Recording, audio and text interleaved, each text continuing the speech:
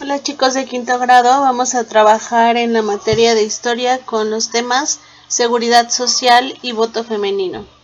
Antes de irnos al libro de texto donde vamos a encontrar más información de estos dos temas, vamos a leer las actividades que nos presenta la guía en la página 279 para que cuando nos vayamos a leer podamos identificar más fácil las respuestas. Voy a dar inicio con la lectura del cuadro de información, después voy a dar lectura a las actividades y para finalizar nos vamos a ir al libro de historia para leer también la información que nos presentan sobre estos temas. Seguridad social y voto femenino. Durante el periodo conocido como Milagro Mexicano de 1940 a 1952, la población del país creció aceleradamente, debido a que mejoraron sus condiciones de vida y salud. Esto último gracias a que instituciones como el IMSS y el ISSSTE extendieron sus servicios a casi todo el territorio nacional. Las mejoras en la calidad de vida, además, propiciaron que más mujeres desempeñaran tareas que antes solo realizaban los hombres, y que adquirieran en 1953 el derecho de votar y ser votadas. La primera actividad nos pide seleccionar la respuesta correcta a las preguntas que nos presentan. La primera pregunta dice: ¿por qué aumentó la población en México después de 1940? Esa respuesta la podemos encontrar aquí mismo en el cuadro de información, la acabo de leer. Las opciones son: porque cada vez hubo más migración del campo a la ciudad, porque para las personas era importante tener familias numerosas, o porque al mejorar las condiciones de vida y salud aumentó la esperanza de vida. Siguiente pregunta: ¿qué importancia tuvo la seguridad social en este crecimiento demográfico? A crecimiento demográfico se refiere con el crecimiento de la población. Primer opción: no tuvo importancia, son dos sucesos no relacionados. Segunda opción: ofreció a las personas la posibilidad de contar con mejores servicios médicos que aumentaron su esperanza de vida. Y tercera opción: les proporcionó a las personas prestaciones que mejoraron su calidad de vida, lo cual les permitió tener familias más numerosas. Como siguiente actividad, deberán completar el texto de esta tabla y responder la pregunta que viene abajo. Dice: antes de 1940 tenían que los hombres, y dice trabajaban principalmente en, aquí está haciendo una comparación en la primera parte donde dice tenían. ¿Con quién podemos comparar a los hombres? Es una pista para poder elegir la respuesta en esa frase. ¿En qué trabajaban esas personas que van a poner arriba? Principalmente. Después dice tenían acceso a la educación. Y votar ni ser votadas. ¿A quién creen que nos estemos refiriendo?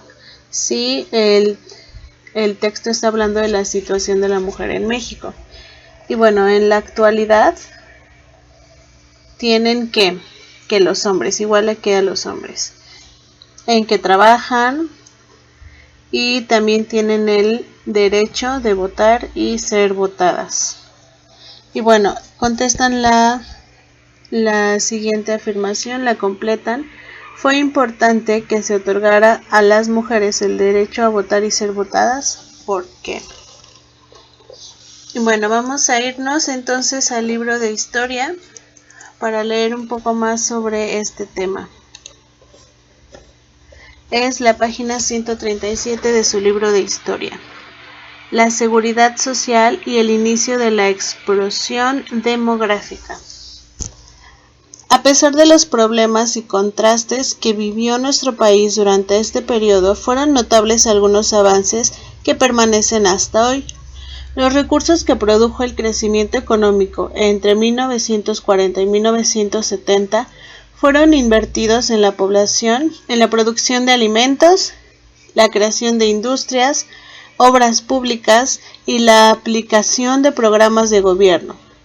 Todo ello contribuyó a mejorar las condiciones materiales de algunos poblados, así como a elevar la calidad de vida de sus habitantes.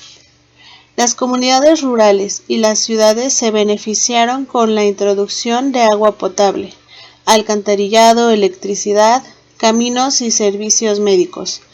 El Instituto Mexicano del Seguro Social, por sus siglas IMSS, fue fundado en 1943 y el Instituto de Seguridad y Servicios Sociales para los Trabajadores del Estado, el ISSSTE, fue creado en 1959. Estos comenzaron a extender los servicios médicos, de salud y de seguridad social, como a las jubilaciones, entre otros. Gracias a esta mejora en la economía y en las condiciones de vida de los individuos y las familias, el crecimiento de la población se elevó, principalmente en las zonas urbanas. Conforme avanzaban los años, morían menos personas y sus posibilidades de vida aumentaban. Por ejemplo, una persona nacida en 1930 tenía la esperanza de vivir 35 años, y para 1970 esta esperanza se elevó a 60 años, que es casi el doble de la esperanza de vida que tendrían antes. Las cifras del crecimiento de la población durante este periodo pueden ayudar a comprender mejor su magnitud. En 1920 habitaban el país 14 millones de personas. En 1940 había 20 millones y para el año 1970 la cifra era de 48.2 millones. Gran parte de los problemas que se generaron en el México contemporáneo fueron resultado de este acelerado crecimiento de la población, pues el dinero nunca fue suficiente para dotar de servicios básicos a todos los habitantes del país. Las ciudades concentraron este crecimiento poblacional porque en ellas se ofrecían mejores salarios y servicios públicos. En la siguiente tabla pueden observar el crecimiento de algunas de estas ciudades. Nos presentan una tabla comparativa de los años 1940, 1950, 1960 y 1970 de varias ciudades de la República, como lo son Ciudad de México, Guadalajara, Monterrey, Puebla y Tlaxcala y León, Guanajuato. Aquí podemos ir viendo de cuánto fue el incremento en estas décadas.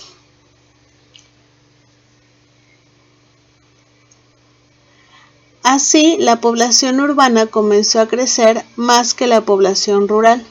Probablemente tu familia emigró de un medio rural a uno urbano, o por el contrario, tal vez cambiaste tu domicilio de un medio urbano a uno rural. Esto significa que has participado de la migración del campo a la ciudad o viceversa. En nuestro país, la migración del campo de la ciudad aumentó considerablemente a partir de la década de 1950. Para 1970, la población urbana, es decir, la que habita las localidades con más de 2.500 habitantes, era mucho mayor que la población rural, o sea, la que vive en localidades con menos de 2.500 habitantes. Puedes observar este contraste en las siguientes gráficas.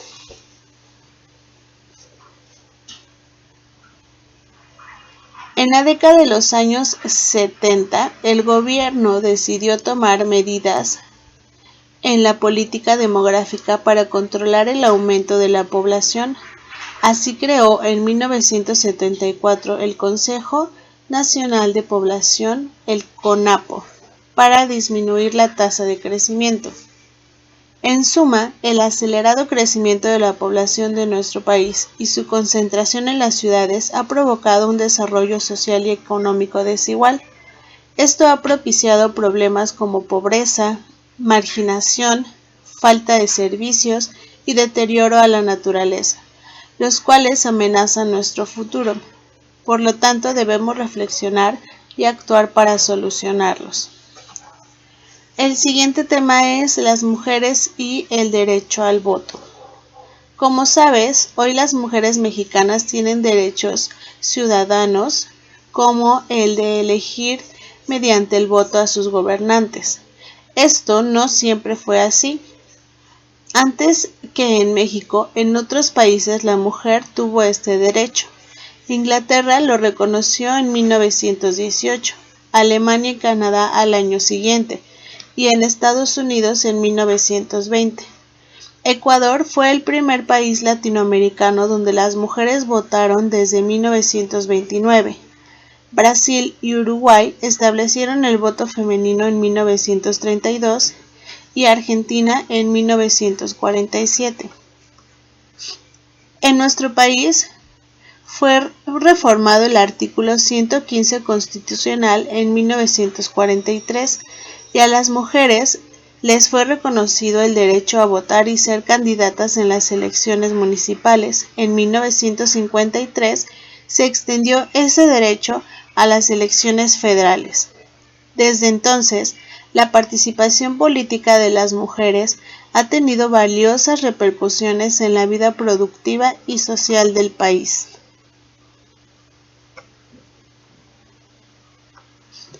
A continuación nos presentan dos opiniones respecto a la participación de la mujer en las elecciones.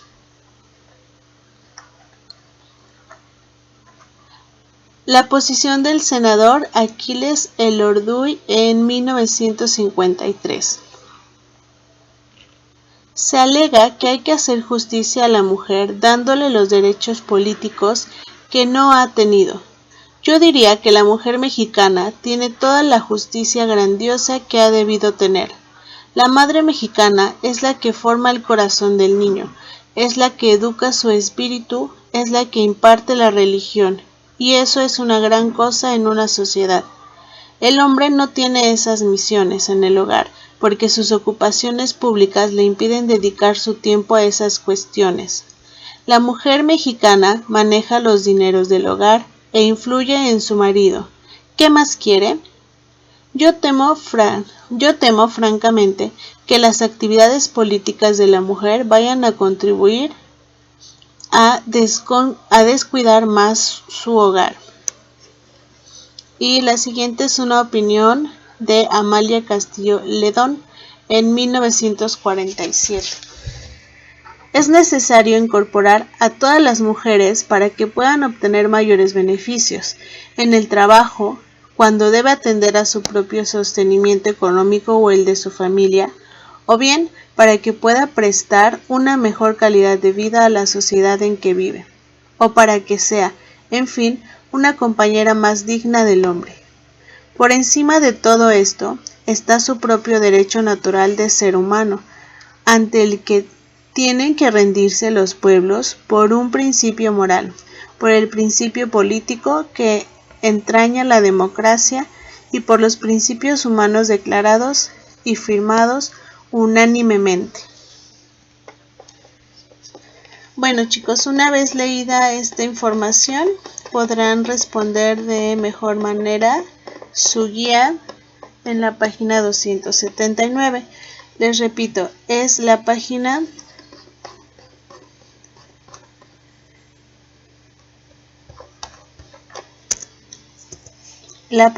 137 a la 141 de su libro de historia, de donde pueden volver a leer ustedes la información y responder su guía en la página 279.